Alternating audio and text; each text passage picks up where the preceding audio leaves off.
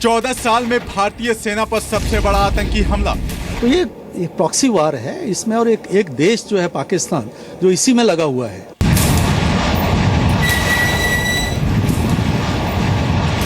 उरी के army camp पर आतंकी हमला, 17 जवान शहीद। उरी सेक्टर के अंदर सेना की 12 ब्रिगेड हेडक्वार्टर के अंदर आज सुबह लगभग 4 बजे से 5 बजे के बीच में आतंकवादियों ने दीवार फांदकर पीछे से वहां हमला किया है।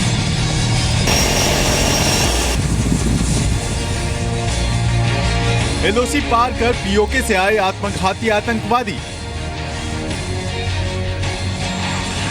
जो टेररिस्ट थे, चाहे वो आर्मी यूनिफॉर्म में भी हो, हेवीली आर्म्ड थे, तो उनको पहले ही ब्रिगेड हेडक्वार्टर से बहुत पहले ही उनको रोक लेना चाहिए। उरी में सेना के इन्फेंट्री बटालियन कैंप में घुसे आतंकी।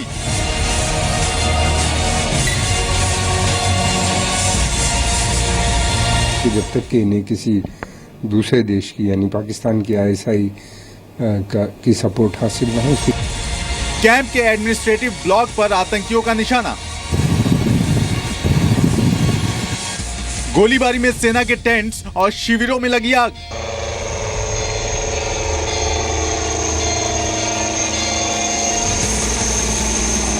जवाबी कार्रवाई में 4 आतंकी ढेर, सर्च ऑपरेशन जारी।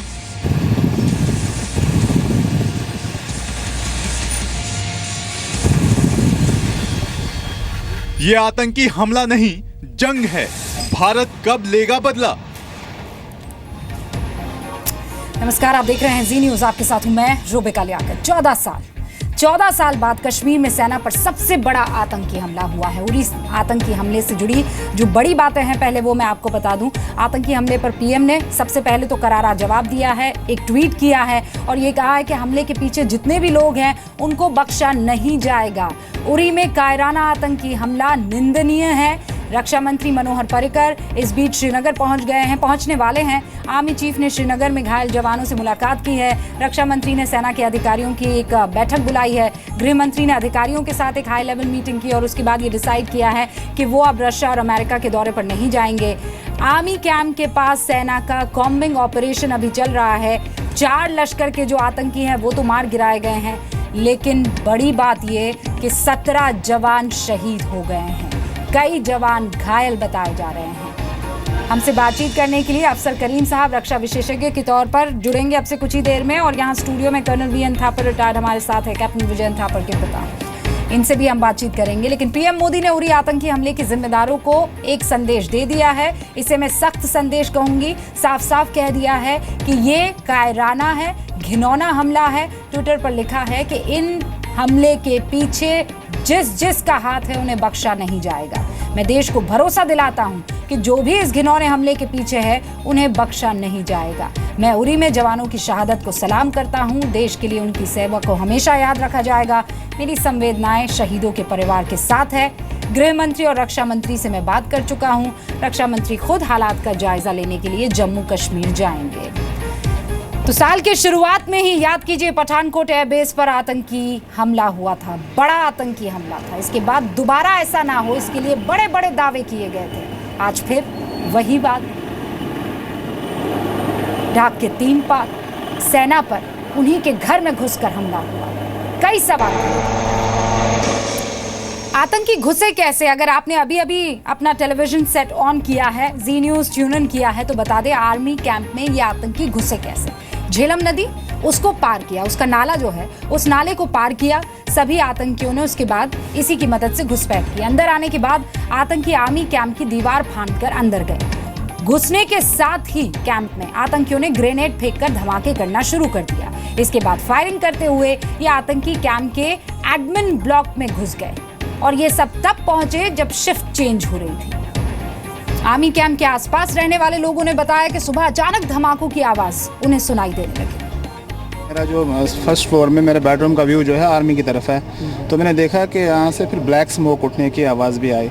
तो जनरली फिर मैंने सोचा नहीं कुछ ऐसा कुछ हो रहा है यहाँ पे। तो उसके बाद फिर जब हेलीकॉप्टर 6 बजे आने शुरू हुए तो फिर आपने जो लोकल्स वगैरह से फिर हम बाहर निकले तो उसमें ये इन्फॉर्मेशन मिली कि यहाँ पे शायद कुछ आर्मी में ऐसा कोई इंसिडेंट हो रहा है जिसकी वजह से कुछ प्रॉब्लम हो रही है। तो सुबह एक हैवी बॉम्ब ब्लास्ट की कुछ आवाज़ आई, तो हमें लगा कुछ आर्मी में होता रहता है, जैसे नॉर्मली ऐसे यहाँ पे होता ही रहता है, हफ्ते के बाद कुछ मतलब फायरिंग आवाज़ सुनाई देती रहती है, वैसे हमें लगा नॉर्मली वैसा ही कुछ होगा। तो इस मामले में 4 आदमी आर्मी के मर गए और 16 जख्मी और 2 वो भी हैं, वो 5 बंदे करीब बताए जा रहे थे। उसके बाद अभी तक चल रहा था, अभी फायरिंग की कोई आवाज़ नहीं आ रही है। तो होगा नॉर्मली ये इसी बॉर्डर साइड से आ रहे होंगे, यहाँ पे नज़दीक पड़ता बहुत बॉर्डर, लगभग यहाँ से अगर शॉर्टेस्ट डिस्टेंस देखी जाए तो 3-4 किलोमीटर है।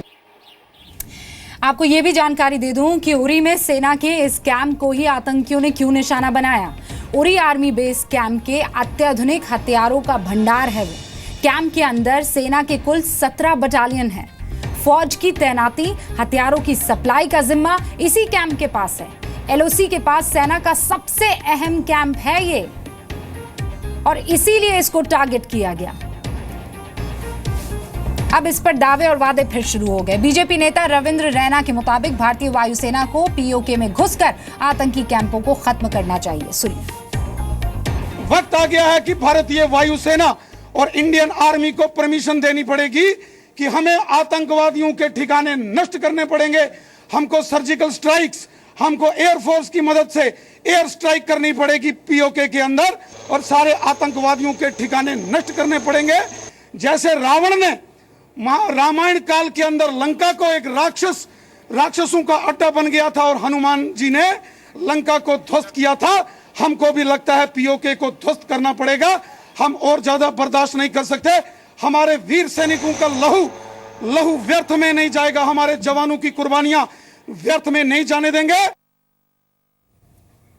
कमर आगा, रक्षा विशेषज्ञ, क्या कह रहे हैं इस आतंकी हमले पर, सुन लेते हैं।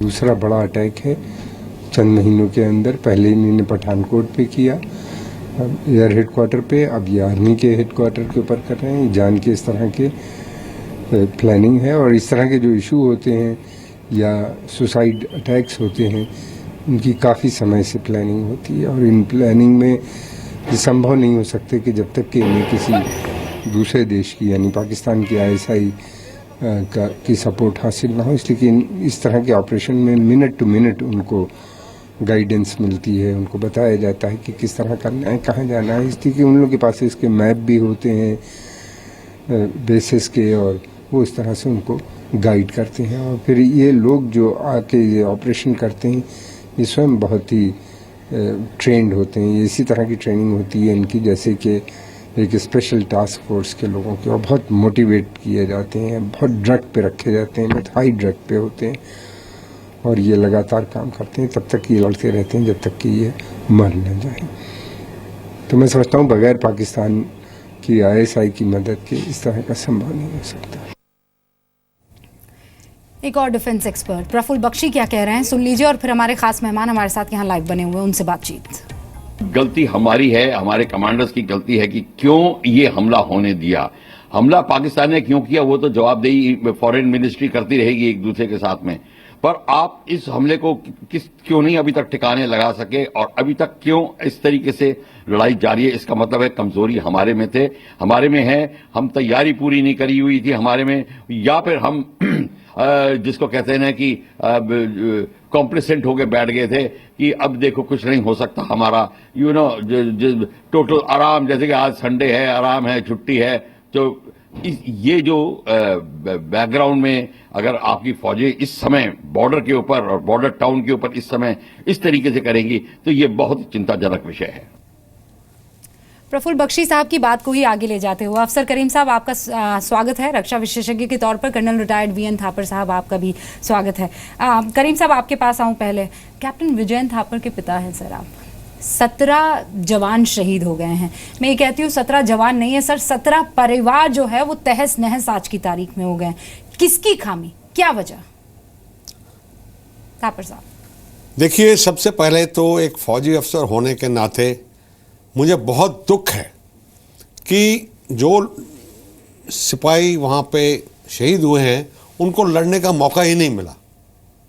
मतलब ये किसी की जिम्मेवारी है, अगर वो लड़ाई में शहीद होते, चाहे ज़्यादा नंबर भी होता वो भी मंजूर है, लेकिन उनको मौका ही नहीं मिला लड़ने का। और वो भी इस परिस्थिति में जब इस ऐसे हमले के बारे में स्पेसिफिक इंफॉर्मेशन थी। मैंने अभी जनरल अता हसनैन की एक ट्वीट देखी है जिसमें उन्होंने कहा कि मैंने इस ब्रिगेड कमांडर को बोला भी था कि आपके ऊपर हमला होने वाला है 10 दिन के अंदर अंदर। लेकिन मैं ये जरूरी नहीं है कि बाहर से इन्फॉर्मेशन, उनको खुद इन्फॉर्मेशन होनी चाहिए कि ऐसे कुछ होने वाला है और उसके लिए पूरी तैयारी की जानी चाहिए। कई जगह पे मैं सुन रहा हूं कि 2 यूनिट्स आपस में हैंडिंग टेकिंग ओवर कर रहे थे। तो जब हैंडिंग टेकिंग हो रही है उस वक्त बहुत वल्नरेबल टाइम होता है, ठीक है, क्योंकि हम तैनात नहीं होते।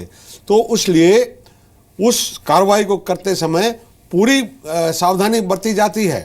और ये कैसे हो गया कि कोई हमारे डिफेंस के अंदर या हमारे पैरामीटर के अंदर दोबारा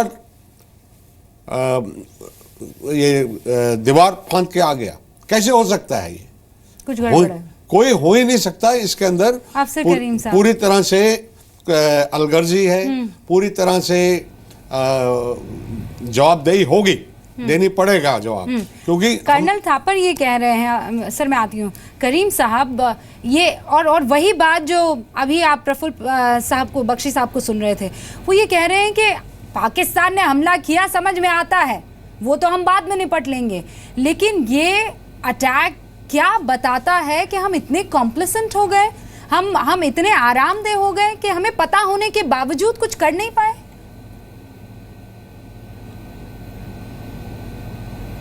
देखिए, बख्शी साहब का कहना बिल्कुल दुरुस्त है और मैं बहुत पहले इसमें इलाके में सर्व कर चुका हूँ।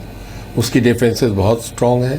तो एक लाइन क्रॉस करना, फिर अंदर घुसना, फिर एक कंपाउंड में घुस जाना और इतने आदमियों को मारना जाहिर करता है कि बिल्कुल कॉम्प्लेसेंसी आ चुकी थी। लेकिन इसकी कोई वजह नहीं होना चाहिए, क्योंकि दूसरा हमला है उरी में, कोई पहली दफ़ा नहीं हुआ है।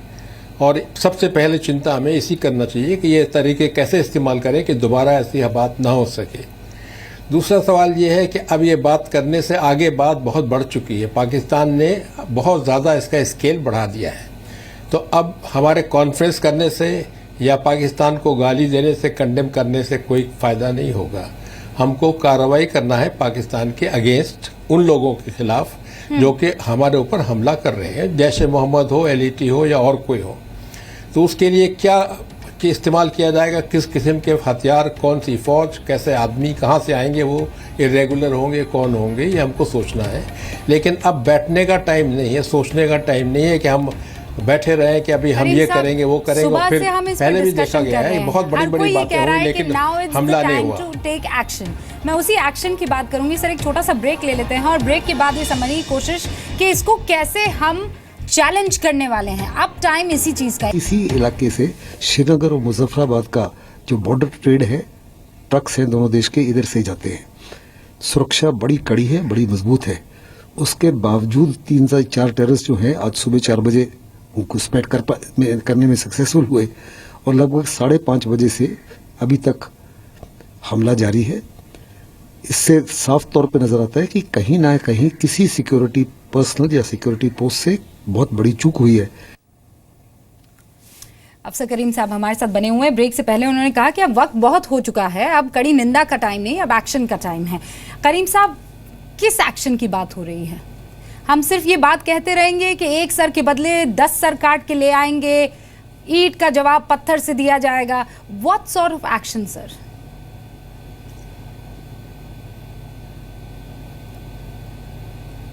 हेलो, आप मुझसे पूछ रही? जी जी जी करीम साहब। हेलो जी। देखिए, बात यह है कि ऐसी बातें सामने लाने की ज़रूरत नहीं है। जब एक्शन होगा तो पता लगेगा, पाकिस्तान को बाद में और उसी वक्त हमको भी। लेकिन ये कई तरीके से इस्तेमाल हो सकता है, इसमें कोई ज़्यादा मुश्किल काम नहीं है। तो इसको इस तरह टीवी पे तो बयान नहीं किया जा सकता या क्या तरीका इस्तेमाल होगा, लेकिन बहुत से तरीके हमारे पास हैं, बहुत से लोग हमारे पास हैं। लेकिन मैं ये कहूँगा कि जो हमारे मुल्क के कई लोग बोलते रहते हैं कि हम पाकिस्तान के साथ लड़ेंगे, हम ये करेंगे, वो करेंगे, उनको बोलिए सामने आए, वो भी हमारे सामने आके उनके जाके अटैक करने की तैयारी करें। करीम साहब, आपस में तो अब ये बातें भी हो रही हैं कि ये एक के बाद इस तरीके के एक अटैक, चाहे वो गुरदासपुर वाला मामला हो, चाहे वो आज उरी में हुआ है, कोई ना कोई है जो घर का भेदी है।